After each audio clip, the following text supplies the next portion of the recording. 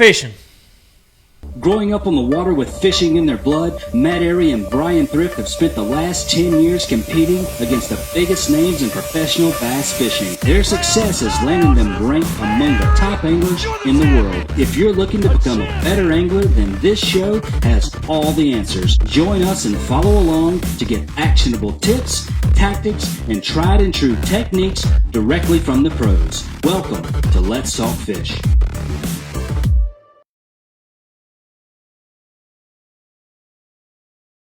We're back. We're back now. We're back now. We're back now. That might be the first time in the history of LTF episode that we spoke before we knew we were live. Yeah. Or before we were actually live. You'd think when Jeff says, all right, we're back. Well, I say sound on just so yeah, you said sound on. Matt won't say anything ridiculous. I appreciate that. That happens from time to time. Yeah. So we're back. Oh, by the way, we got it. First off, we have to follow up on the trivia question from last week. The winner. Oh, yeah. Who was the winner, Jeff? Do you remember? Can't remember. Somebody won. He knows who it was. Dude. So Brian went to Lake Hickory the day after last week's show. The trivia question, which was great because it was an answer that I could not give away because I didn't know what it was yet, was what was his 5 bass limit? Him and Shane LaHue fished together. What would their 5 bass limit weigh? And we had guesses anywhere from 12 pounds all the way up to like 30 pounds. Yes. And the winner who picked 21 pounds, was it 15 ounces? Was he 1 ounce off? So check these Jeff's out. here, What are you doing? but he's not really here. He's playing with his new AirPods. I got the AirPod Pros. Yeah. So I'm actually trying to check the sound and like make it actually sound good for a change. Yeah. But they're noise canceling, so I can't hear anything y'all are saying. They cancel the noise? Yeah, that could be y'all the are greatest just thing y'all are since- just moving over here. That's Yeah, what we I did. need There for you go. rooming with Canterbury on the road. Does he snore? So now I can finally I can there finally you go. control Matt. You can completely tune me out. 22 pounds was the correct answer. The closest answer came through. Now, guys, you got to remember, there was somebody that sent us a message on Facebook, and we can only see what's on the LTF feed. That's the only thing that applies to the trivia question. I'm going to say it now, and I'll also say it again at the end of the show. And, by the way, tonight we are giving away a Lose Carbon Fire reel, bait casting reel at the end of the show for the trivia question. Did we come up with? Oh yeah, we got a trivia question. Yeah. It's like, I think y'all we did. come I don't up- know. I wasn't a part of that. Okay, Dude, y'all y'all have to get some of these. you are never a part of it. These are awesome. You got to get some. What? We can't hear you, Jeff. me if you put those in. These are awesome. Yeah, leave them out. So What'd you say? You can so you can actually communicate with us. Oh, goodness.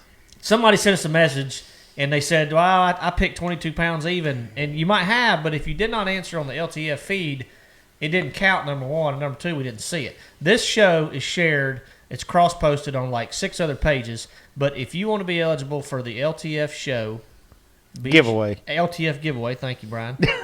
You must answer on our feed on the LTF page. So anybody that's watching over there on another page, which is actually included with Bryan Thrift, Matt Arey, Topwater Blow-Ups, Yep. Bass Casters. Yep. I believe it's on Lou's page tonight, since we're giving away a Lou's reel. Just keep in mind that if you're watching on one of those pages, come on over to the LTF page. LTF group page and Basscasters group page. So all those pages. Yeah, all those pages. But if you're not on the LTF Facebook page, the official LTF Facebook page, you won't be able to engage with us. You won't be able to ask questions that we can answer for you, hopefully. And you won't be able to also offer up your answers for the trivia giveaway at the end of the show. So, can't tell you. Well, actually, I do know the answer to tonight's trivia question, Justin, but I'm not going to give it away, believe it or not. They want to know. First question coming through. Tonight's topic, by the way, is that we're going back fishing. Let me back up a little bit. I did make a post earlier today, and we're going to use that topic for next week's show. That's called, what did I call it? The postpone funk, I believe. The funk phase. The funk phase. That's yes. FUNK, the funk phase. So catching those post-spawn fish that are kind of in that in-between phase between the shad spawn, herring spawn, whatever it might be, and right when they get done doing their thing. So we're going to move that topic to next week because Brian with MLF, myself with the Elite Series, have got our schedules. We're getting ready to go back fishing, and we're going to talk about 1st of June. I'm ready. Yep, I'm ready to go. We're going about the same time. We are going back fishing. We can't wait. Our schedules are out. We know what we're going to do, and that's what we're going to talk about tonight. Now, back to the question Ryan Sowers had about how many keepers. Ryan Sowers said, how many of the keepers that y'all weighed in on Lake Hickory did you catch? He said, be honest. I caught 2 that we weighed in, and 3 I didn't catch it. LaHue caught it, but I teased him to the surface. Oh, so it was like a 1-2 punch. Well, yeah, it's a team tournament. It doesn't matter who catches them in a team tournament. You teased him to the surface. Yeah, so break we knew break that down for the viewers. All right, so the fish were spawning, and like a new wave of fish had pulled up last week with the full moon. And anytime I'm fishing shallow this time of year, I'm gonna be throwing a swim bait. I was throwing a jointed swim bait, glide bait. Was it a tater hog? No, it was not a tater hog. Oh, okay. But I was throwing a glide bait, and 4-pounder comes up and looks at it, and we make a mental note of it, fish on down the bank 100 yards, and get troll back to it. Shane fires a cast out there with a shaky head and catches it. He's a shaky head master. He's a spinning rod master. So it truly was a team effort. Well, yeah, most team tournaments are. Well, I don't know. You and I fished some together where it's it's funny because like one week you'll catch all 5 of them, and then another week I'll catch all 5 of them. Yeah, it doesn't matter who catches them in a team tournament as long as one of you catches them. That's true. I agree 100%. I wouldn't care if I'd have caught a bass all day as long as LaHue caught enough to win. And they won, by the way. We didn't even say that. They won the get together, the little throw together tournament. Yeah. That, by the way, had some pretty heavy hitters in it. But LaHue did see firsthand the power of the Demiki Stinger Wednesday. Lord. Is that what he had on his shaky head, or was he throwing at Berkeley? No, he had the Berkeley bottom hopper on his shaky head. All right. But I was catching him on the Demiki Stinger wacky rigged, and he was on the front of the boat throwing a Cinco or whatever Berkeley makes. And after I caught like the 10th one and he had not had a bite, he started throwing a stinger and caught like a 4.5 and a couple more. He started getting bit on it. See, the thing about this time of year, fish have seen so many Cincos and stick baits that sink faster that they get used to it. And that stinger falls so slow when you get heavily pressured fish, it'll outfish all of them. I can't believe you can wait for that thing to go down as impatient as you are. No, believe it or not, Thrift's probably one of the most patient, impatient fishermen I've ever met, if that makes any sense to anybody. I've seen you sit on a hole when you had to sit on a hole for hours on end, and I've seen you hit 1,000 places in 4 hours if you had to. I try to do whatever it takes. That's right. That's right. That's what I think people get the misconception of a lot of professional anglers because you kind of get known for something, a certain technique. But I can promise you, and Brian can vouch for this, anybody that's had a successful career as a full-time professional angler is pretty well versed across the board. They can catch them from 0 to 40 feet. I mean, they probably got techniques. A favorite technique, but you got to be able to do little bit of everything. Yeah, we all kind of have a specific way we would prefer to catch them, but more often than not, we don't get to pick that. You know? Right, exactly. All right, so let's talk about our scheduling, kind of what's come out in the past week or so. This actually all came out since our last show, where it was actually set in stone now. Right. Well, I say set in stone. Nothing obviously nothing's set in stone, but we got a plan. We have a plan. Seems like everybody has a plan right now. That's right. And it's looking like everybody's starting back around the first week of June. Mm-hmm. I think there's a Toyota Series event on Pickwick that's scheduled for the end of May. And then is that the first actual I think tournament? That's the first actual, big tournament for across any trail is that Toyota Series at Pickwick Lake. Okay. And then I'm not sure what week exactly y'all start. I think we start June the 6th or something like that. I think I leave on the 6th, which is like a Saturday or Sunday. Yeah, I've got this. Oh, we start June 10th at Lake Eufaula. I can tell you right here. While you're pulling that up, and I'll run through our schedule. If nobody's seen the revised 2020 Elite schedule, the biggest difference, the biggest change for us, same with Brian, is we're basically going to be fishing further into the fall than we ever have as far as tour level events. With the Elite Series, we are going to Eufaula in early June. From there, we have a little break, but then we take off to New York for back-to-back-to-back events. Oh, yeah, I got 3 in a row. We got 3 in a row. And you know, kudos to Bass for doing this. And the reason I say that is because the worst part about it is time away from home, obviously, because, you know, that is, you know, look at 9 to 10 days per event. You're looking at 27 to 30 days gone, basically a whole month of traveling. But yeah. when you go to New York, and Brian can, I'm sure, agree to this, any professional angler can agree to this, the last thing you want to do is drive to Lake Champlain, come back to Shelby, and then go back to Cayuga, and then come back to Shelby, and then go back to that's Waddington, awful. New York. So we will be up there in northern New York. We have Cayuga, and then we go from there to the St. Lawrence River, and then we go from the St. Lawrence River to Lake Champlain. Then we come back home late August. We go back to St. Clair, which I can't wait. Love that place. It's been fishing off the chain for the last few years. Back-to-back tournaments in October with Santee and Chickamauga. And then we finish up in November at Lake Fork, which will be interesting. November at Lake Fork. Yeah, that will be interesting. That'll be a different animal. But the biggest difference in our schedule, what you'll see is not just it pushing on into the first week of November, but they actually threw out the Sabine River and added Cayuga. So that was the biggest change that we had. That's fair trade. I was not complaining because look, we were supposed to go to Sabine in May, okay? And I'm not gonna lie and say I wasn't semi excited about it because it's a new place, Right? But it's a river, and you're like me. But it's a river, yeah. I wouldn't like it. But you're like me. You always like to see new fisheries that you never been to, so and what they unless have it's to a river. offer. But it is a river. It's and it's tidal. So. That's 2 strikes. That's 2 strikes. I knew you were going to say that. But moving the Sabine from a May tournament back to July or August down in Orange, boy, that could be pretty warm and pretty tough. So there's no complaints from this department about being able to fish Cayuga. So that pretty much wraps up our season. They haven't announced where the 2021 Classic location is going to be yet. I'm sure that's coming in the next few months. Brian, I'm going to turn it over to you so you can talk about kind of what MLF's laid out for y'all. All right, so far what I know for sure is we have 2 Bass Pro Tour events scheduled. The first one starts I just looked at it, June the 7th, I believe. Let me double check and make sure. If you're within a day or two, you're good. Yeah, so the first day is at the Lake Toho or Kissimmee chain. June the 7th will be our first day of our events when live streaming starts. And then we will have our second BPT event in the second week of July, and it's going to be at Champlain, which I'm very excited about that. I did pretty good last year at Champlain in the summers, and I was hoping we would go back this year. So we've got those 2 BPT When do y'all events. go to Champlain, you said? The second week of July. Okay, so we're there.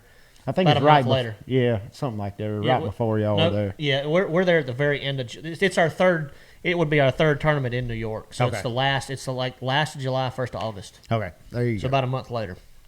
Good deal. So that's our 2 BPT events, and then they rescheduled 3 of the FLW Tour events, and I'm not real sure what all took place, but anyway, they're calling them the FLW Super Tournaments now. And the BPT anglers are able to fish those 3 events. Also, there's no points involved for us, so we don't affect the outcome of the points race, Angler of the Year, or anything like that. Pretty much we're just putting more money into the pot to fish for more money, essentially. I think it's slated to pay back $10,000 to like 100th place or something like that. But so we've got those 3 events. Trying to think where they were. Chickamauga's one. Yeah, Chickamauga. We got one in June at Chickamauga. And then we have one in July in Minnesota at the Mississippi River. Oh, y'all get to go back to Mississippi River. Yeah, but I'm gonna miss that one. I can't go to that one. But and then we've got the Detroit going out of Detroit River the second week of August. So that'll be the 3 FLW Tour events we can also fish. So I'm ready to roll. It's going to be a very busy summer, like Matt said, and everything's kind of packed in together with the way it got canceled. But I'm ready to rock. I'm probably going to start working on tackle tomorrow. Yeah. We want to go fishing, and I kudos to the organizations for getting it back on, getting everything back rolling, because this was tough on the organizations as a whole, along with everybody else in the world. But just to be able to restructure it like they've done and allow us to fish a full season, I'm I'm pretty excited about just being able to finish out a full season. Right, I am too. Especially I'm just excited to be going back fishing because I was convinced when all this started that the whole year may be a wash. Like we may not fish any all year. So for them, both organizations to put together a schedule and make it work, that's pretty impressive. I know they had to do a lot of hard work rescheduling everything, getting everything set up. So that was awesome. I figured we would get a few questions. Justin Johnson's got a great question. And, Justin, I wish I had an answer for you. I don't as of yet. He said, Matt, do you know if they are going to be allowing any fans at the weigh-ins with all this mess that's been going on? So one thing that Bass has told us is there's definitely going to be some changes, guys, just like there is with everything else in our industry and our economy and our everyday lifestyle right now. For the remainder of 2020, you're going to see a lot of things, even on the fishing side, even on the tournament side, that are going to be there's going to be a few more restrictions. They've had chatter about whether we're going to have marshals or not at some of the events, and these regulations are varying by state. The states are kind of in charge of when they're reopening things and how fast they're reopening things. I imagine that will have a lot to do with the leniency that Bass has in the organization to be able to allow people to engage, become a part, whether it's a marshal or a fan or just attend the weigh-in or the expo or whatever it may be. I don't have an answer for you yet, Justin, but hopefully very soon we will know more details. And if you look at how Eufaula goes in a few weeks, that'll be a good sign of things to come, what you might see in the future. New York's one of the biggest questions on my mind right now because with what New York has gone through, I think we're pretty fortunate to be able to go up there and fish tournaments with everything that's going on. So I think they're fixing to open New York back up. Well, see, I don't know. I don't know what. I don't know either. I don't know what stage they're in. They've got different phases. I know North Carolina's in phase 1 of reopening right now. Phase 2 is supposed to start in another week or two. So I guess it's going to vary from state to state, and we're just going to have to kind of play it by ear. But we'll let you know. I hope they hurry up because we could both use a haircut. Yeah. You a little more than myself. What are you saying? Mine's been a lot longer than it is. Mine's been a lot longer than it is right now. You wear before. your hair long a lot. But this is getting a little rough on Brian. Allison can't cut your hair? She probably could, but I don't know if I'll allow it. Wiley could do it. I bet Wiley could do it. Oh, Wiley would love to do it. I'd be shaved bald headed. So, Justin, back. I don't mean to talk so long on your question without an answer, but hopefully we'll have something for you here in the coming weeks. Let's see. Talking about Chickamauga, Jeffrey signed up to be a marshal on Chick in October. Any predictions on how good it will be? Man, I think predicting any Tennessee River weights in October would be all but impossible. I mean, ask pretty Brian. much anywhere in the country in October. I mean, because sometimes fish get weird in the fall. I think the biggest thing in October, and you're a perfect example of this, because if I remember correctly, the Coastal Championship of Kentucky Lake, you weighed in like a 27-pound bag one day and caught 1 or 2 bass one day. I did. Okay, and see, that's a good example of October fishing for you, because I think the biggest thing about October fishing is you don't have to catch a giant bag necessarily, unless you don't catch them the other 2 days, but you got to, if you can figure out something consistent, it will carry you a long way. That's right. Finding consistencies in October is probably one of the toughest months of the year, wouldn't you say, to find consistency? It really is. And that's what's so cool about the schedule is y'all get to fish in the fall. So you're going to see a lot of anglers that, I mean, I'm not going to say anglers. You see a lot of techniques come into play that you might not see or we haven't seen in a while because it's going to be fall type fishing. It's going to be a little bit different, Yeah, it's interesting. I saw somebody make a comment earlier. I believe it was Ryan Sowers again. He said, "Am I disappointed about losing some time in the deer stand this fall?" He is. Brian be lying if he said. Well, actually, I think he's done before gun season comes in, so he's good. I'm a big bow hunter, but of course I am. But at the same time, I got a crossbow now. That's true. I forgot. I apologize. Fishing is my job. Fishing is the way I make a living. Fishing is the way I support my family, just like Brian.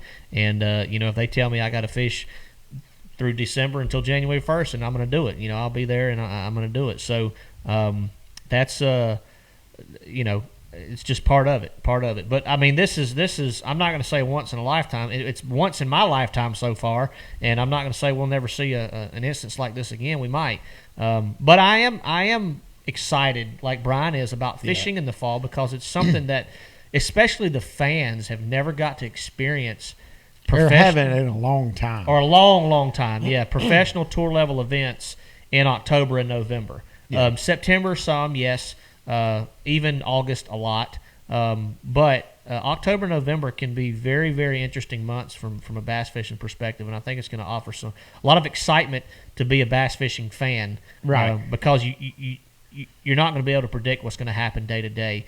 You're going to see guys that are leading the first day that don't even make the third day cut, right? Because that's fall fishing for you. Yeah, that's how often fish change in the fall, and you'll be able to witness guys make adjustments. That you normally wouldn't witness in times that are more predictable, like summertime tournaments or ledge type tournaments or offshore type tournaments or Florida tournaments. You know, you're going to see more adjustments and more decisions being made in fall tournaments than you would in I mean, wouldn't you say? Yeah, I think so. It's kind of going to be like I'm excited about us starting on the Kissimmee chain in the 1st of June because that's interesting. I've never bass fished in the state of Florida past February, I don't think. I've been in the state of Florida in March, but not yeah. Past so that. I'm really looking forward to that event just because it's something new for me. Like I'm going to have to approach the lake like I've never been there before because it's not a January February event. It's going to be something totally different. So I'm excited about that. Yeah. So obviously a lot of pros and cons to what's going on, but I think from a fan perspective, there's a lot of reason to be excited. Yeah, I do too.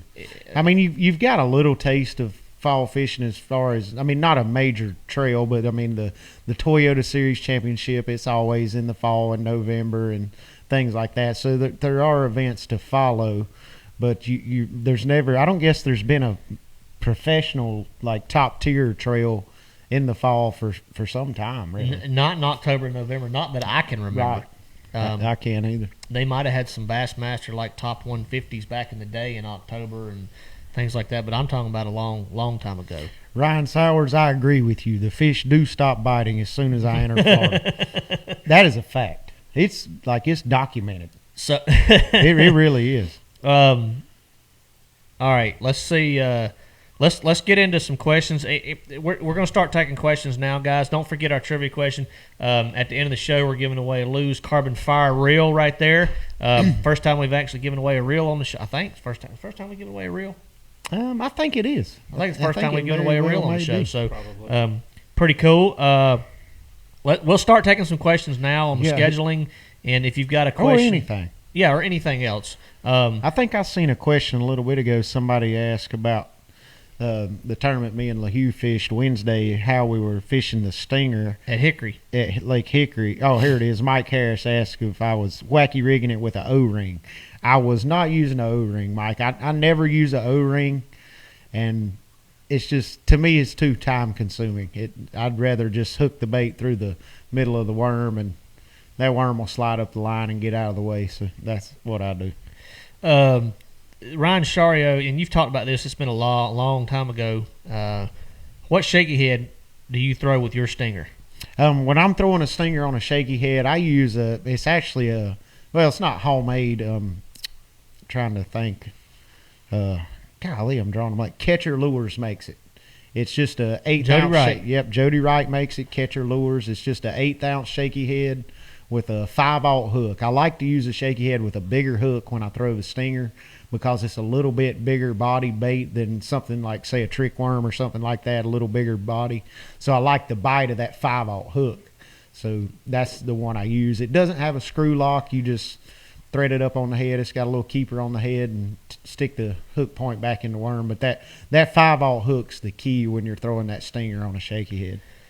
Andy Baker, I think you asked this question earlier, and sorry we didn't address it, but I don't have a lot of advice for you. He said, any advice for Lake Fork in July? I have fished Lake Fork multiple times, but I have not fished Fork after, I guess it's May. June, July. I would imagine July is probably a great. When are y'all going this year? We're not going till November. That ought to be fun. Yeah, well, maybe. I We'll think see. it'll be fun. Lake Fork in July, along with a lot of lakes down in Texas and the southeast, I imagine brush piles might be a big player. And I'm sure some of those great big old rogues get up there shallow on that place. Oh, yeah. And you might be able to catch a great big one on a frog, or a big plopper style bait or something like that early in the morning. There'll be some big fish caught on top water. It's got to be. Yeah, I'm sure there'll be some big fish caught on top water that time of year. Thrift. Okay, so Jody from Catch for Lures is on here. What's up, Jody? And Derek Westfall said, you addressed this earlier. Said, Smoke, will you be fishing the FLW Super Tournaments? I will. And then Jody said he read that you had to fish all three of them to be able to fish them. Now, is that true, or do you know? Yes, you do have to fish all three of them. Okay. Now, so he plans on fishing them, Derek, and yes, Jody, that is correct. Did you go to Lake Norman Saturday? I did, and it was awful. Oh, we had a comment from Ethan Barnes, Yes, and maybe he saw so- you out there or something. Want to know if you caught any. We did catch some. So me and LaHue, we won Wednesday, so we was feeling good. We was proud of ourselves, and we're like, we're going to go to Norman Saturday and win again. that didn't happen. That didn't happen. Yeah, we got knocked back down a level, but it was a 3-fish tournament, and it was pretty neat because it's I forget who puts it on or whatever, but they actually weigh you in on the water. The couple set their boat up on the bank. You idle by, hand them your fish in a bag. They put the fish in their bag, weigh them on the scale so nobody's in line and everything. So it's very social distancing friendly. But it was a 3-fish limit, and I think it took a 9-4 to win. That's a sack of 3 fish. On Yeah, Norman. that was a good bag. Me and Shane had 7 pounds. Shane and I. Either way. So me and Shane had 7 pounds, and we ended up throwing them back. We didn't weigh in because we knew it wouldn't be enough to win. They only paid like 2 places. I think there were 40-something boats. It's kind of a friendly little winner-take-all type deal. But it was fun. We actually seen a lot of big fish, but we could not get them to bite anything. There was, I think twice we made perfect casts on 3 to 4 pounders, and they'd run up there, look at the bait, and not do anything with it. It was the second night of a cold front. I think it was 38 that morning when we blasted off, and it was just, we could not generate those big bites. But we still had a lot of fun, learned a lot, just couldn't run into a big one. Something else. Oh, by the way, Andy Baker, who asked about Lake Fork in July earlier, I do have some advice for Andy. Hook up, call Lee Livesey. He's a fellow elite angler who's a guy down on Fork and is an absolute hammer on that lake. Call and hook up with Lee for a trip out. I promise you it'll be worthwhile. Neil Paul reminded me of that. Lee is one of the best there is on that lake, and he could put you on them in a heartbeat. And he's a good dude, and I'm sure he's a blast to fish with. I haven't had the pleasure of fishing with Lee. Just hung out with him a little bit on the Elite Series and chatted with him a little bit, but great guy. And Lake Fork obviously is a phenomenal fishery.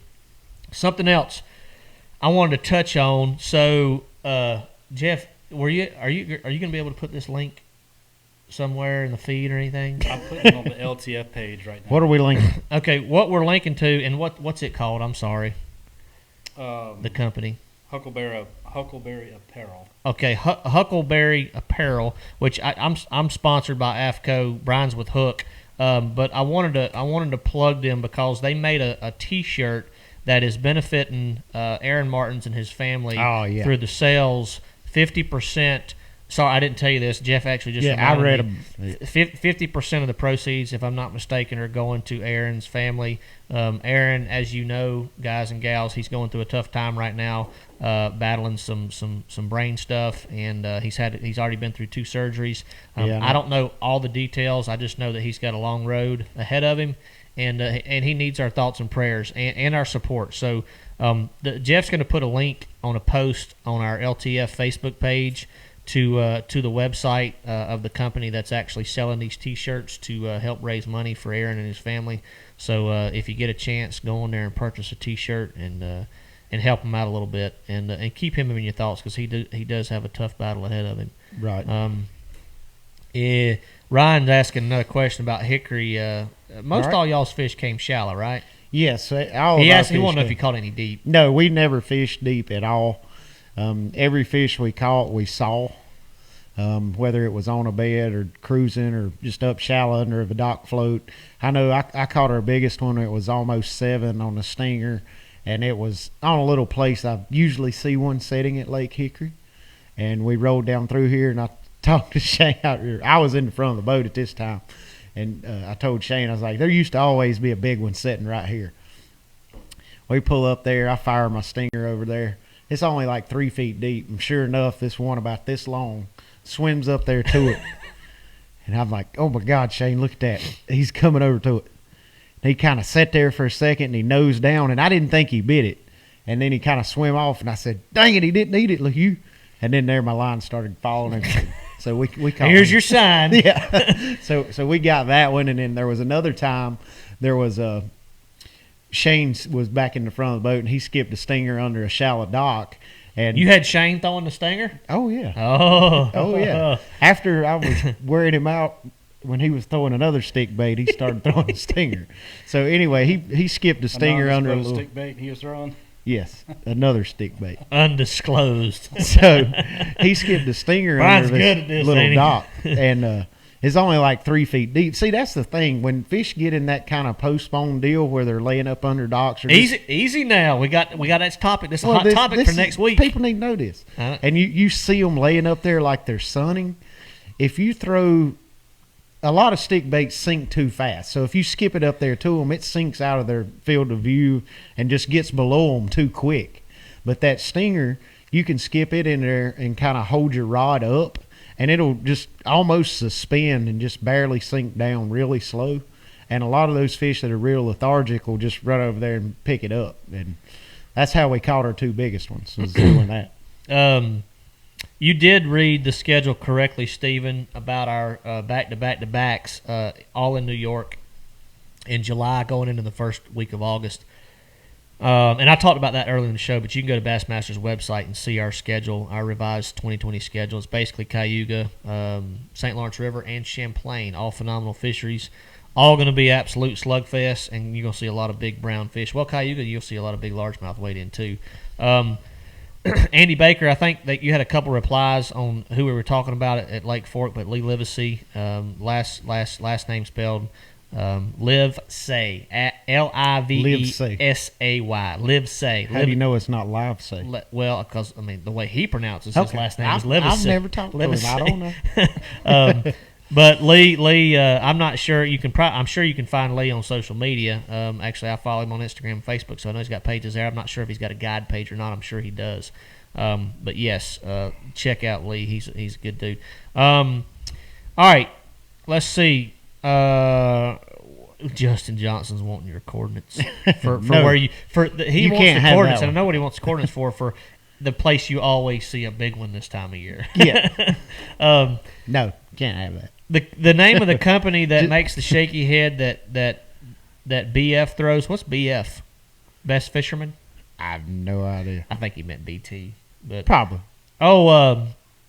somebody said Roger Love said, "How about Jeff's tournament schedule?" We hadn't heard anything yet about that. What's your schedule looking like, Jeff? It's kind of slim at the moment. Slightly slim. Y'all got some We're not pretty getting cranked up till like September, I believe. yeah. But y'all got, and we can talk about that at a later show. But y'all got some pretty exciting stuff that's transpired in the redfish world too. 2021 is going to be pretty cool. What are you laughing about, man? Yeah, I just got a text from one of my buddies. Oh, okay. I thought he was making fun. He's of you 'cause watching you're the a show. red fisherman. He's watching the show. I got you. Can't do that. Sorry. So, you want to talk about that a little bit? Just touch on it a little bit, because I thought it was pretty cool the way y'all kind of all come together. We don't have a whole lot of details outside of what we announced, but we reformed the National Redfish League. A couple tours came together, and it's going to be coming pretty strong in 2021. We're planning now, so a lot more information to come on that. Yeah, basically several different redfish tours came together, merged as one, and you're going to have a major championship. It's already the Redfish World That's pretty cool. Series. Yeah. Already is an event, so that's what everybody would be fishing to get to. But before you couldn't all these tours weren't able to qualify for that particular event, were they? Correct. Okay. You'd have to fish in specific tournaments, but now you can fish in Qualify multiple platforms. Right. Okay. And we're going to run the same rules, same kind of a unified Everybody's approach. doing, yeah. as That's best we pretty can, cool. So it's pretty cool. Yeah, we can drop some more A details on that. Do what? A conglomerate. A conglomerate. I like it. Let me get back to the comments here. Somehow I got off. Yeah, of them, y'all hit us up with some more questions if you've got any. I've got this subtitle stuff going on What? on my screen. Do y'all have that? Like, No, why am I? Matt's got something weird going on. Everything I'm saying is being like typed across my screen, Jeff. Yeah, look. Everything you're conglomerate. See right there. That's all- what you said a minute ago. You've got closed I don't know what How I did hit. you get closed captioning on? God. Is there? I didn't even know that was an option on here. I don't know. I guess I hit the wrong button or something. Never even seen it. Best flipping bait for this time of year, Michael Boone wants to know. Best flipping bait for this time. I like a jig right now. I really like a jig right now because there's a lot of big fish you can brim. Yeah, It depends on what I'm flipping. If I'm flipping docks, I like a jig. If I'm flipping bushes and trees, I like a Demiki knockout. I've never liked flipping a jig into a tree because, especially if it's a tree with little Don't small. tell limbs. Hammerberry that. Well, I'm telling you what I like. This is Brian. This ain't Canterbury. All right, so if you're flipping bushes or trees with a jig that have a lot of small limbs that are like smaller than the diameter of your finger, a lot of times they'll get behind the weed guard and just the hook will just go around them. Like the hook won't actually be stuck in the limb. It'll just be kind of hanging over it like you were hanging a jig on a Christmas tree. So that's why I flip the knockout on a Texas rig anytime I'm flipping trees or bushes. And if I'm fishing docks, a lot of time I'll go with a jig. But that's my two flipping deals.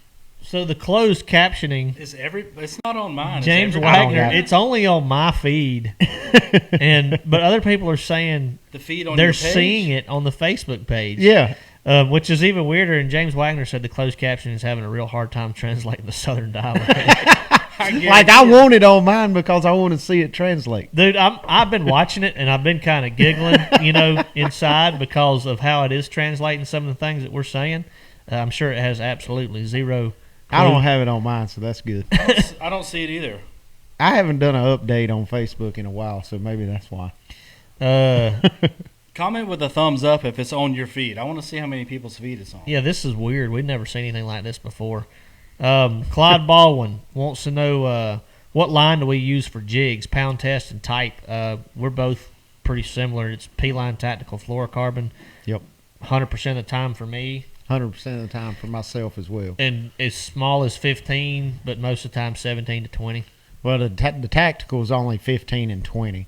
The blue No, it's box. not. Yeah, the blue I got box. 17-pound tactical at the Well, I house. don't got any. They didn't send me. I'm none. just telling you, I got 17-pound Well, tactical. All right then. I'll send you a picture of it. You don't even think they make it, do you? I really don't. Like I'm confused. I'm Did gonna you have ask for any? Well, no, but I figured I would. I got to look for it. now. Oh, I got something in my He arsenal does, that and I'm- Thrift doesn't have. Write this down. I'm upset about it. I'm sitting. Are you texting him right now? I'm googling. I'm googling. Yes, sir. Whether it's online or not, I promise you, I have some. I really, really do. They do. I see it right here. Well, there you go. Buddy Black Tactical has 17. I just got some. Perfect. There we I go. don't have any. I've been throwing 15 and 20, but I will get me some 17. We're getting some thumbs up and some thumbs down on about this text coming across this feed, which is really weird. All right, sponsor plug time. Sponsor plug time. We only tell the truth, what we use, and when we talk about P-line, and this is the truth, and Brian and I remember Brian when he started fishing as a co-angler in 06. I started in 05 as a co-angler over on the FLW tour, and we were throwing P-line long before we were ever sponsored. Oh yeah, by that's them. Way long the before. only line I've ever used, probably since about 2004. About the time I started bass fishing, I guess you'd say. Yep. See, Tyler Ward, there you go. Seen 17. The Great Outdoor stock 17-pound tactical. What are you doing? I'm wrong. I'll admit when I'm wrong. You're probably I'm smart man in enough to keeping it a admit little it. bit more simple, though. I mean, you could use 15 and 20 and not even worry about 17. But I mean, I Sometimes, but I like 17 for a lot of things. I mean, I use I've been using the 100% Blue Box P-Line makes fluorocarbon in 17. I've been using it because I didn't know they had it in tactical. So I'll have to get me some of that. There you go. Let's see, Ricky Monroe. Let's talk to Ricky. Ricky. I don't know if we've ever addressed Ricky Monroe on the show before. We appreciate you watching, Ricky. He said, "My son and I just started fishing during this quarantine. I want to get him on a good starter bass fishing combination. What do you recommend?" He's 9. If he's just starting out, I would start with. I hate, I'm a Lew's guy, and Brian's a Fitzgerald guy with the Abu reels, but I hate to say it, but it's hard to not start a kid out on a Zebco 33. Oh yeah, that's is. what I was going to ask. What his level of experience? Well, he's brand new. Yeah, if he's brand new, get him a good spin cast reel. The Zebco 33, that's about as an iconic American reel as there's ever been. See, Scott, we're not just sponsor plugging tonight. We're talking about a Zebco 33 here. I still fish with them. Yeah. They're good reels, and you can find a good combo with a shorter rod that'll fit a 9-year-old perfectly, pretty cheap. That's what I would go with. And if he wants to move up to a baitcaster combo. Lew's has a spin reel. Yeah, or a spinning rod. Yeah. Lew's has some really, really nice combos for under $100. Some great stuff. The good starter reels. Some of the Crush series, I believe it was. They got some cool colors in those things too, with wind grips and all kinds of cool features. But there's a lot of options. You can go to Tackle Warehouse and see pretty much everything. You can go to Lew's website and check out some of those combos too. But Tackle Warehouse is a good place to visit to see a lot of different options and combos that are affordable and something good to get him started on.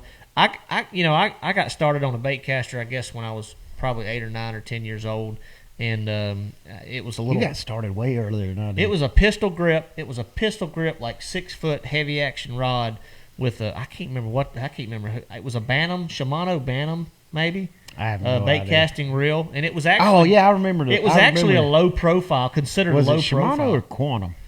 Quantum. It might have been a Quantum. Yes. It was a black rod and a black reel, and I still remember the first bait caster I got. It was a Quantum 1310. Like 1310. Yeah, it didn't was have it round or a low profile. It was kind of a combination of the two. Okay. It didn't have a thumb bar to press. It had a button on the side. That's what mine did. So I'm wondering, it might have been the same thing. It may have been. Yeah, it was no thumb That was bar. the first actually bait caster I ever had. That was way back in the day. The Mock Series, Andy Baker. Yeah, that's the Mock Series is definitely one to check out with Lew's because super affordable, easy to use, and they're smaller. They have a lot of smaller combos too, not the big 7.5 heavy action. Get him something that fits him. Yeah, that's the biggest thing. At 9 years old, make sure you don't get something that's too long, too heavy, and he can handle with ease. So a lot of different options out there, but the first rod and reel I ever used before I got my first bait caster was definitely just a little old push button Zebco, and you can't. That's just something you can't mess up. Some people are starting to drop comments about their first reels, and that's awesome. Oh, I remember the Abu 5000. The Abu 5000, the round reels. Yep, I had some of them too when I started. I had some 5500s or 6000s for carp fishing. Yep, I had with bait clickers on them. Oh yeah. Did yours have the Oh bait? yeah. Now wait a minute, you weren't carp fishing, were you? I was bass fishing with them. With the clickers? Yeah. Sometimes awesome. You'd set the hook on them and your finger would turn the clicker on. So you'd set the hook and you'd start winding and Love it. It was awesome. All right, Justin Johnson, beginning co-angler. Any tips for a beginning co-angler? We actually did a show about this, and I want to say, don't hold me to this, but I think it was about a year ago, might have been 2 years ago. But we had Brian New on the show. He's been on the show 2 or 3 times, but we had Brian New on the show, and I think we talked about, wasn't the topic? Fishing co-angler or something. Fishing I know as a we've touched on it before. So there's a show, and it should be on our YouTube channel, Justin. And if you can't find it, let us know. The biggest thing is don't try to compete with your pro for the same fish. Like, go with a different mentality of, if they're flipping bushes, I'm going to try to catch them in front of the bushes or something like that, because it's really hard to compete with somebody in the front of the boat getting first shot unless you're doing something different or off the wall to kind of trigger fish that maybe aren't biting whatever they're doing. So that's the biggest thing, is don't try to compete for the same fish in the same places.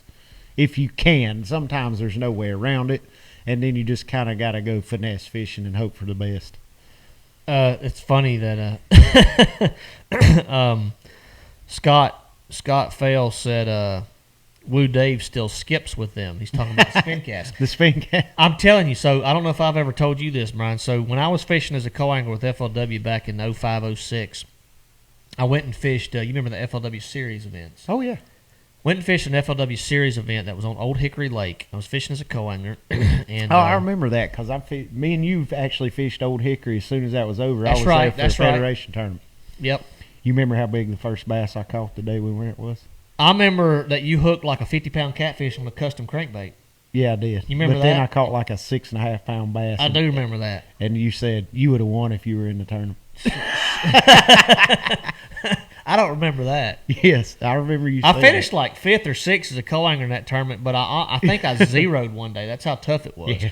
So, funny story, I drew out with Woo Dave's one of those days in that event, and he was throwing a shaky head, and he was fishing some of the bridge pilings there close to takeoff. And he threw out there, and I kid you not, he hooked like he was using a Zoom swamp crawler, Oh, yeah. green pumpkin, on a little 1/8-ounce shaky head. And he was throwing it on, I don't know what the rod was, but the reel was a spin cast with the trigger, the big trigger. Oh, yeah. You know what I'm talking about? Yes. All right, a Zebco, whatever it may be. I don't know what the model was. And when he hooked that fish, and now we're talking about Woo Daves, now classic champion, Yeah. just Yeah. a great fisherman, great guy. He hooked that fish, and dude, I don't think he could tighten the drag down far enough to where he could actually gain any ground on this bass. Now, it's like a 5-pounder, dude. Yeah, a giant. big one. And he's reeling, and as he's reeling, this fish is just going crazy. And he'd fight it around a little bit, and he'd reel a little bit, and about 50% of the time he was reeling, Line was still going out. while he was reeling, it's going zzz, zzz, zzz.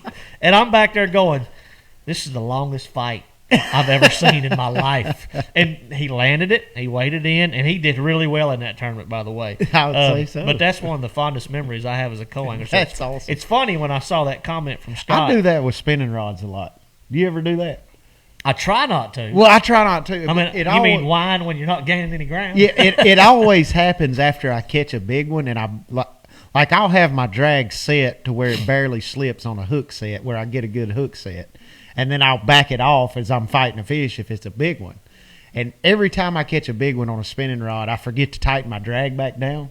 So the next bite I get, I set the hook and it just goes zzz, Yeah. and then I'm whining and it's just zzz the whole time, and I have to reach up there and tighten the drag. Now back down. I have done that to where because I'm always playing with my drag. Like I'll make every cast I make, I'm always checking my drag just Yeah, to make sure I there's do no the catches same in thing. it, and it's just a habit. But it's still a good idea, Let's see. James Wagner wants to know if we never had this question. We don't talk about our equipment very often, and we probably should. I mean, we talk about it, but we don't talk about what James's question is referring to, and that's, do we run any additives in the gas for your boats? And I really don't. We both run the Evinrude G2s, and we run XD100 in those engines, and they knock on wood, they run great. I have never, and now if I ever feel like I got a hold of some bad gas or something, I somewhere, would. I would add some kind of treatment, but I really have never run any additives, especially not on a normal basis. In my I gas. think that the biggest thing is if you let your boat sit for right. considerable amount of time, over 4 to 5 I'd months. say 3 or 4 months. Yeah, I would say using an additive would be great. I mean, there's a lot of great additives out there. I know Lucas makes some good stuff that a lot of people use, I've seen. But if you're fishing quite often, maybe 2 or 3 times a month, you don't really, or even more, however much you fish. But if you go up to 2 or 3 times a month, I don't think there's any need for a fuel additive. But because that gas isn't setting in the lines and for an extended period of time, you're fine with it. But if you're letting it set for a long time, yeah, it could be beneficial, I guess. I don't know. I'm gonna for some reason I don't keep a lot of gas in my boat for a long Yeah. time. Yeah, and that's one thing I try to do. I try to run before I leave from one event to the next, or from home to a new event. I'll try to keep it pretty low. Try to run all that gas out, and not let anything sit in there for long periods of time. Like Brian said, I mean, if something sits If in my there boat for a month, sits more than a week or so without going, I'm a little upset at myself. Brian goes crazy. mine's been sitting for about 2.5 weeks now, believe it or not. I went a couple weeks ago. We went out. This is the second time I've seen this question from Robbie Russell. He asked, Brian, what's your topwater walking bait setup?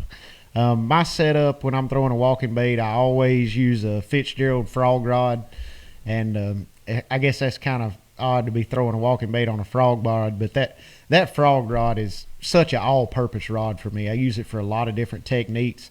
It's perfect for throwing a walking bait. I throw the Demiki Rambler on it. It's a 7.2 medium heavy, and you can cast it a long distance. I use a Revo STX reel. I use the 7-3 gear ratio reel 90% of the time.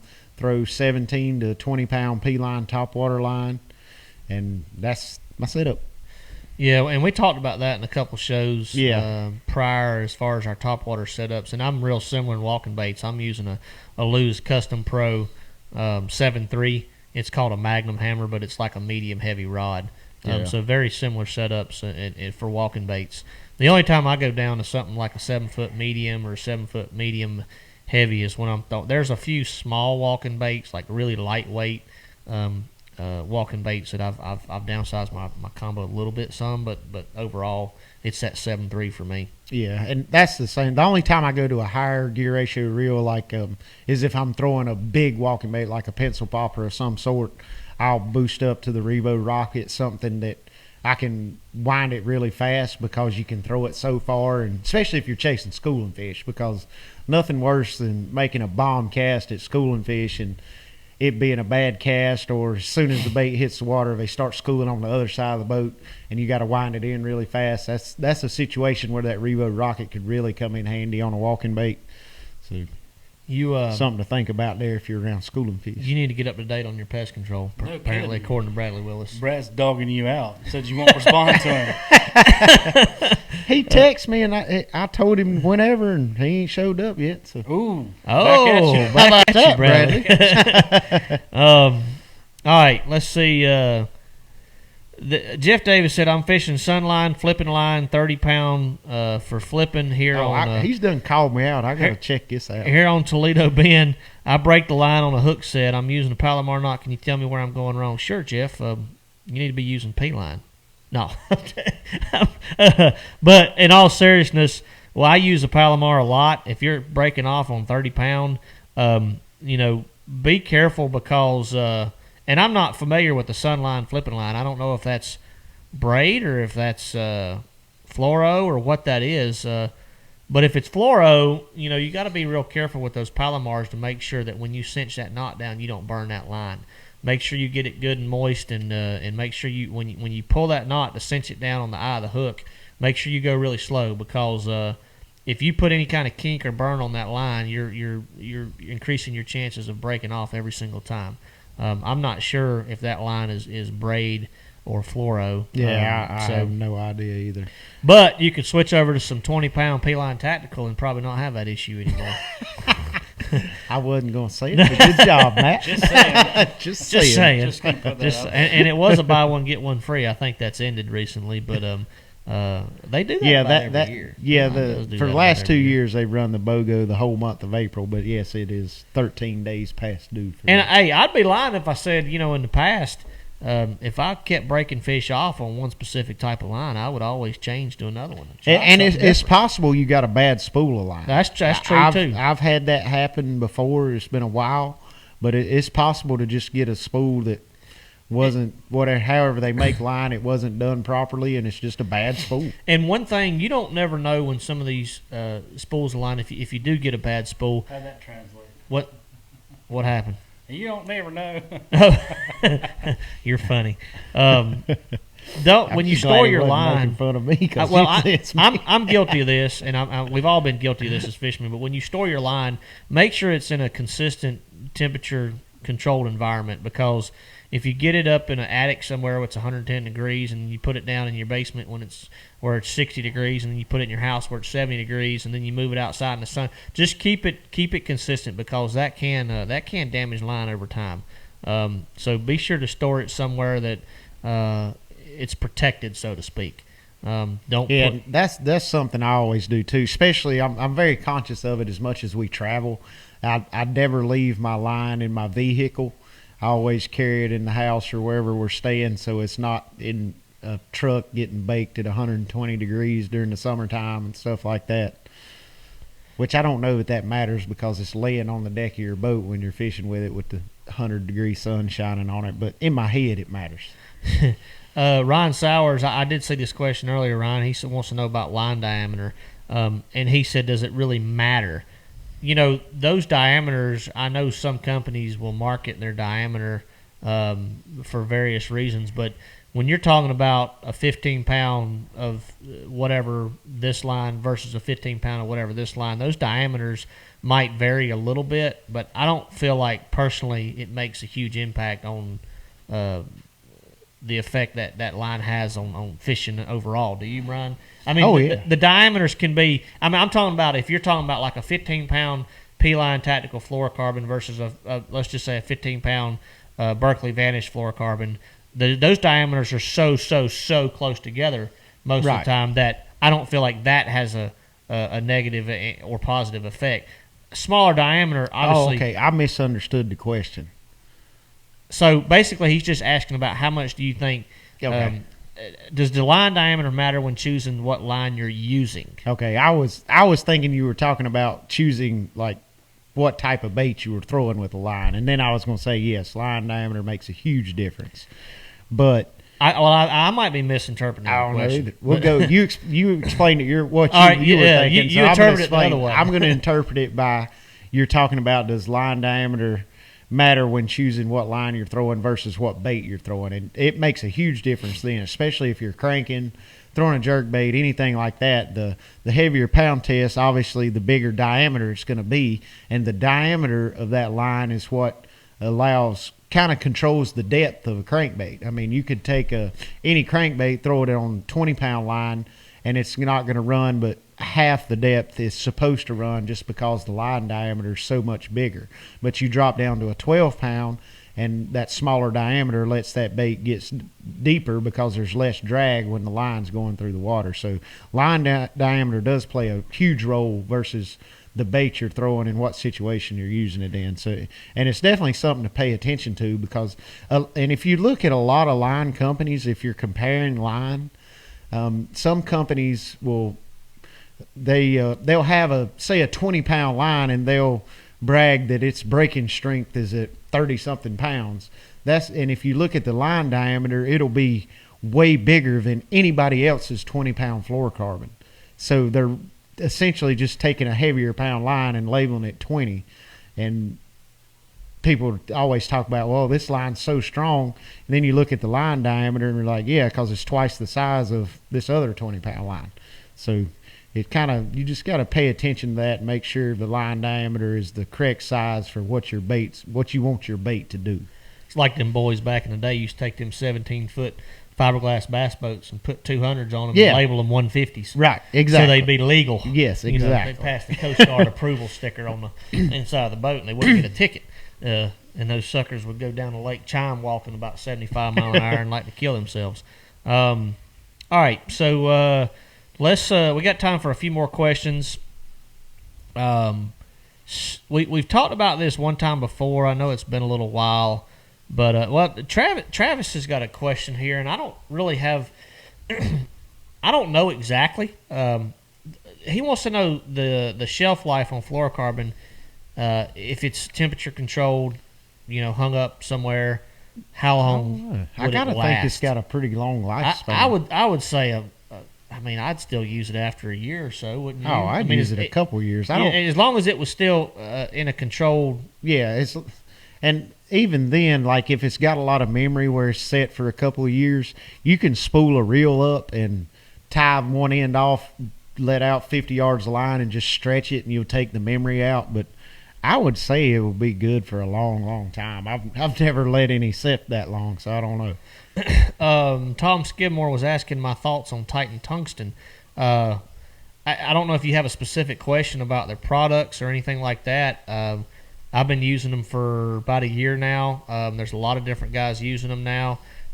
They're phenomenal weights. The anti-chip coating, the fact that they're stamped with the size on there is awesome because the original weight with the stamp. Now everybody's that's right. The original weight with the stamp with the weight stamped on them. But they one thing about having that stamped on there too, and if people have asked me before why it's such a big deal, it's efficiency because when I reach into my box now, I know exactly what I'm pulling out. If I just broke off, and sometimes I can't remember. Back in the day, I couldn't remember if it was a 5/16, a quarter ounce, 3/8, and that makes a difference. It's like it does. Brian talking about line diameter, and you're talking about weight sizes, which is even a bigger deal because the rate of fall and things like that. When I pull a weight out to retie now, I know exactly what size it is, and I don't have to sit there. And you don't have to dig through the packs. I used to do this, and I'd look at them, and I'd turn them upside down and all kinds of stuff, So see, I still do that, so I can relate.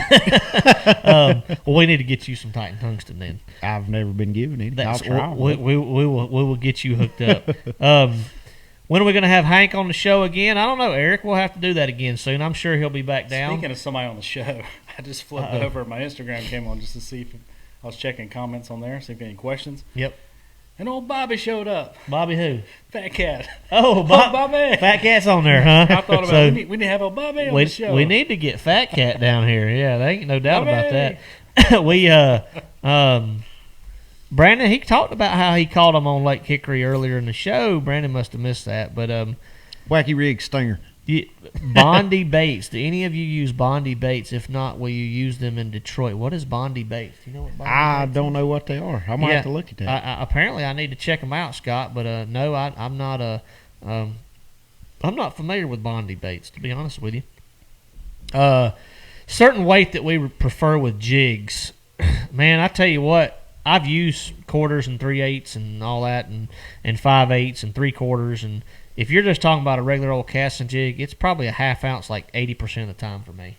Yeah, it's roughly. like 99% of the time. Okay. I said 80. I was thinking that was a lot, but it's probably more 90 for me. But. I'm trying to think of the last time I caught one on a different weight. It's been a while.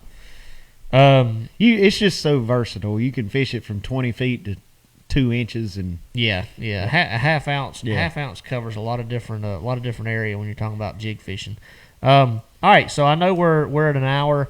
We typically end the show about 8 o'clock. Before we have our trivia question, which is for the Lew's Carbon Fire Reel giveaway tonight, I'm going to say this one more time. What, the answer? No, I'm not going to give the answer away. Be careful. He might. If you are watching on another page, because this show is cross-posted on a lot of different Facebook pages, and you want to be eligible for the trivia question or engage with us, because it never fails. We always go to these other pages and we have questions and comments and things like that we don't see. We're only watching the LTF Facebook page feed. If you want to answer our trivia question tonight to win this reel, come over to the LTF feed on the Let's Talk Fish Facebook page. Now, I said it right before we did the trivia question, so I don't want to get any messages after the show that says, hey, I answered correctly, but y'all didn't give me the prize because they answered on Bryan Thrift's page or Jeff Walsh's page or Basscaster's page or Lou's page. We got anything else we need? Well, Ryan wants to know when can we. Ryan's got a lot of questions tonight. He wants to know when we can see a Mr. Wilson feeding again. That's up to Jeff. Jeff, can we? It looks like he just ate. By the way, did he just eat today? He did. Okay, about 11:30. Next week, can we do a Mr. Wilson feeding? Can we save some treats for him? I think we can pull it off. Okay, there we go. All right, so next week's show. I've seen a couple G-Man comments too. They want G-Man on the show. They want G-Man. We got to get Gerald's a busy. I can only very imagine busy how man. busy he is. But I would love nothing more than to have Gerald on the show. Worst case scenario, we could have him call in. We could do that. That is possible. I mean, we called Cobb just on a whim because we needed help with a question. Cobb's a homebody, though. Cobb's a homebody. Yeah, LaHue spilled the beans on Cobb. He's a gamer, dude. Oh, yeah, that's what LaHue told me the other day. He's like LaHue and Cobb sit around and play Call of Duty all day. That's what they do. Are you a gamer? No. Okay. Yeah, LaHue said they stay up till like 2 o'clock every night playing Call of Duty. Wait, LaHue is too? Oh yeah, Oh, God. oh yeah.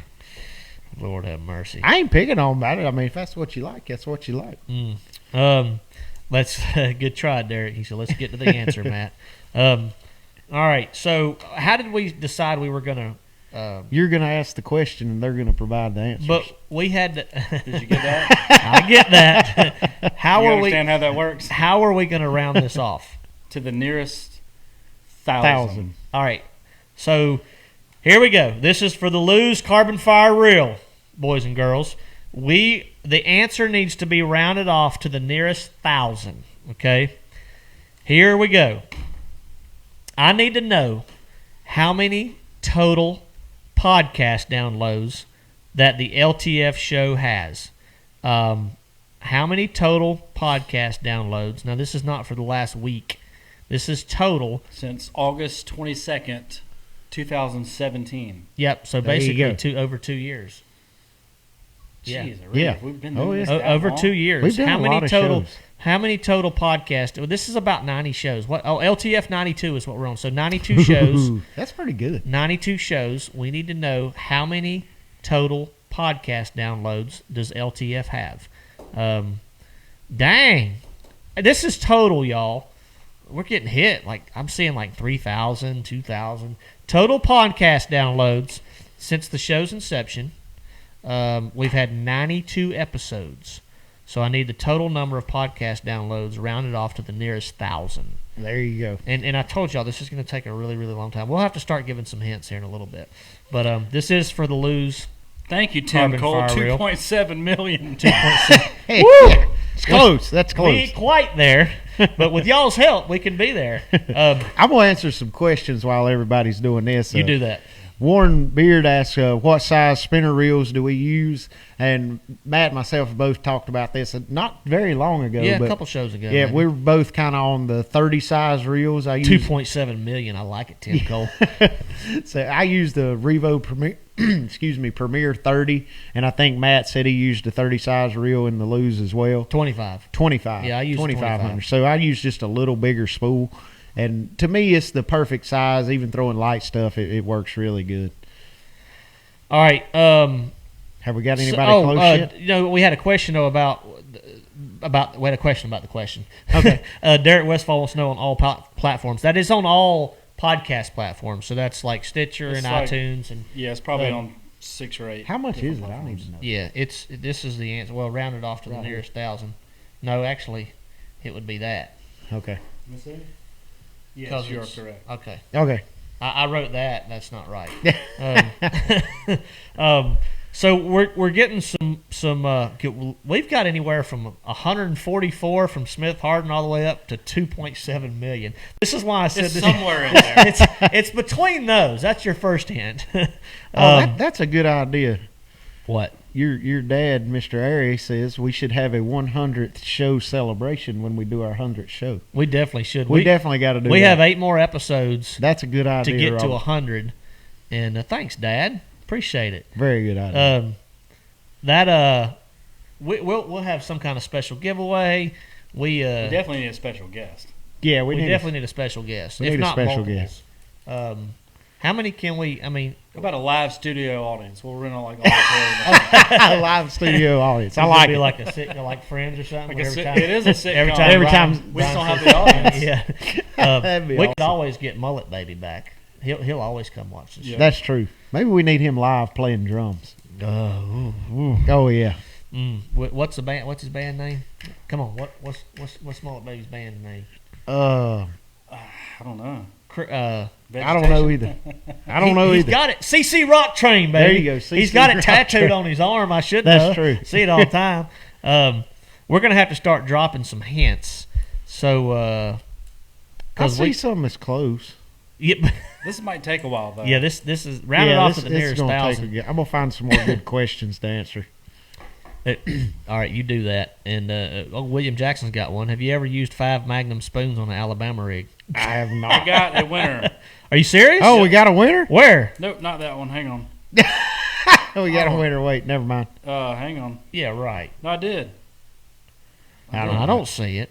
Well, Jeff determines the It was winner. Travis. Travis who? It's 210,000. Wait a minute. I don't see that in my It feed. was on it. It was Travis. Jeff determined the winner. Well, he's already given the answer. So, I guess he's determined I the hope winner. we have an answer. Yeah. It's definitely a winner. Where is it? It goes too fast. Well, just scroll back. It's Somebody's Travis, won. We don't know who. Like But- it was so fast. It's like Travis Shalot or something like that. I'm looking for it, That's buddy. your job, Jeff. You got Well, you this got is many jobs. I hard. wasn't going to This say is you got hard. one job, but you got many jobs at the show. Travis, comment again. Travis, comment again. Yeah, After Travis, you- comment With, again with, if you with want. the answer you just told him. No, I comment mean, again come so I on, can see it. man. Come on, man. I haven't seen that comment. Travis Chilcott? Yes. All right, I saw his answer 65,000, then I saw 45,000. 210,000 too. He's the winner. Travis is the winner. Yes. All right, there we go. Are you sure you saw it? Yes. Jeff said he saw it. I don't know. Okay, if Jeff has it on his feed, that is the official. Derek Westfall came It in was on with this 210,000. feed, which- Imagine that. Moves about Mach 7 speed. But Buddy Mason, you missed a zero there, even after Jeff told you. So the answer is 210,000. The winner is Travis Chilcott. I hope I said that. Brian, Yeah. how would you say that? I don't see his name anywhere. I have Chilcot. Say that. Chil. Everybody's commenting Yeah. Travis Chilcott. Yes. Chilcott. That's it. That's Chilcott. All right, it's funny. Everybody's saying your answer now. It's hilarious.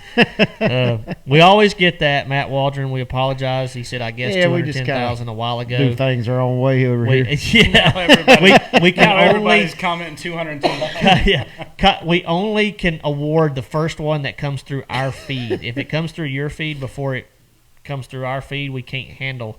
I mean, we can't award that. We can only award what we see and how it comes. Now I am not, Drew. I am not everybody's drunk. coming. Everybody's Not coming even through. drinking. It just moves super Oh, fast. you got something in the cup over It just there. moves super fast on here. Yeah. How many beers you had? 2.5. Yeah, 2.5. When they always say a half, then you know he's been drinking for a while, right? Make that 3. All right. 210,000 was the correct answer. Travis, send us your shipping information. Just send us a private message on the LTF Facebook page, and we will get the Lew's carbon fire reel shipped out to you ASAP. Jeff, you got anything to add? I don't ever ask you, so I just figured I'd ask you. That was official. Too. Yeah, I like that. So back to our topic for next week. My official answer, no. no. Our topic for next week was the funk phase and catching those really lazy big post-spawn females that aren't quite on the forage spawn yet, on the shad spawn, herring spawn, whatever it may be, and how we approach those fish. I kind of teased y'all earlier today in the Facebook post saying that that was going to be our topic tonight, but when we thought about it, we needed to talk about our schedules and the fact that we all get to go back fishing here soon. And we might add another topic because I feel like we've talked about it a lot tonight. Well, that's your fault. Yeah, that is my fault. But that just happened to be how we caught them Wednesday at Lake Hickory. So we might add something else. True. All right, so guys, I guess that's it. Thanks for joining in tonight. I guess we're done. I guess we are finished. Who would show up Neat. if we actually did a live studio audience show?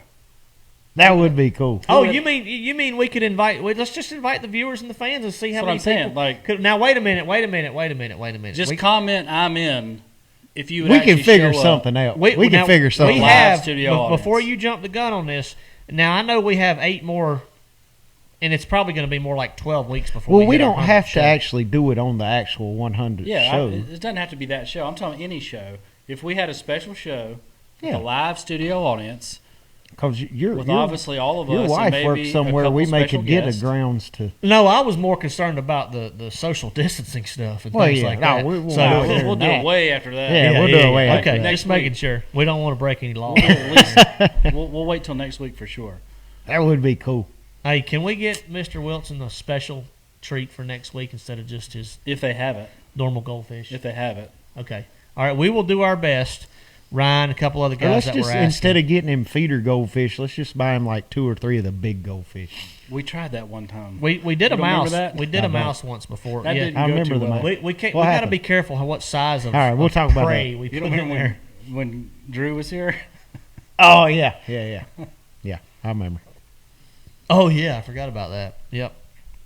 All right. So next week's show, the postpone. What did you call it? You're not allowed to say that word. I can't remember. Funk. The postpone funk. So if we did a live studio office show, it would be like we do it on a Saturday or something, Uh-huh. Yeah. so people could travel. if It'd they be like an wanted. episode of Jerry Springer. I think it would be similar. funny. I think it'd be cool. I think it'd be cool. No, too. that'd be awesome. I I'm in would total like it. agreement. So the only reason I stopped you is because I was concerned about. No, kinda all we'll do it, everything and that we'll was we'll going on. get like 6 or 8 of us. Like Yeah, we'll We'll get a couple crowd of special people up guests. here. Yeah. And- that would be good. And give us some guest ideas, guys. Send us some Facebook messages, Instagram messages on some special guests y'all like our to see first LTF live. for that 100th show. Well, LTF Live, with a live studio, Live. live audience, Yeah. Like, What? Our first LTF live? Like live. Like Live actually live. audience. So we're Yeah. not live now? yeah, but a live audience, like live, Kinda. Oh. like we're Live live, with to a them, live. but All right, they're I'm not getting live in the phone room call. with Hurry us. up. All right, So we will be back. You'll be here next Tuesday, right, Brian? I think supposedly. You tell everybody you're gonna be here for a show. You gotta be here for. I'm a gonna show. try my best. Try my best. All right, so guys, when we can't go fishing, we'll sit right here and talk fishing. We'll see y'all next Tuesday. See you guys. Thank you for listening to Let's Talk Fish. Visit our private Facebook group to continue the conversation, post your questions, and talk with other fellow anglers at facebook.com/groups/Let's Talk Fish. Follow us on Instagram at Let's Talk Fish Official and subscribe to our YouTube channel for more exclusive content. Join us again next episode for more actionable tips, tactics, and techniques directly from the pros. And remember, when we can't go fishing, we're going to sit right here and talk fish.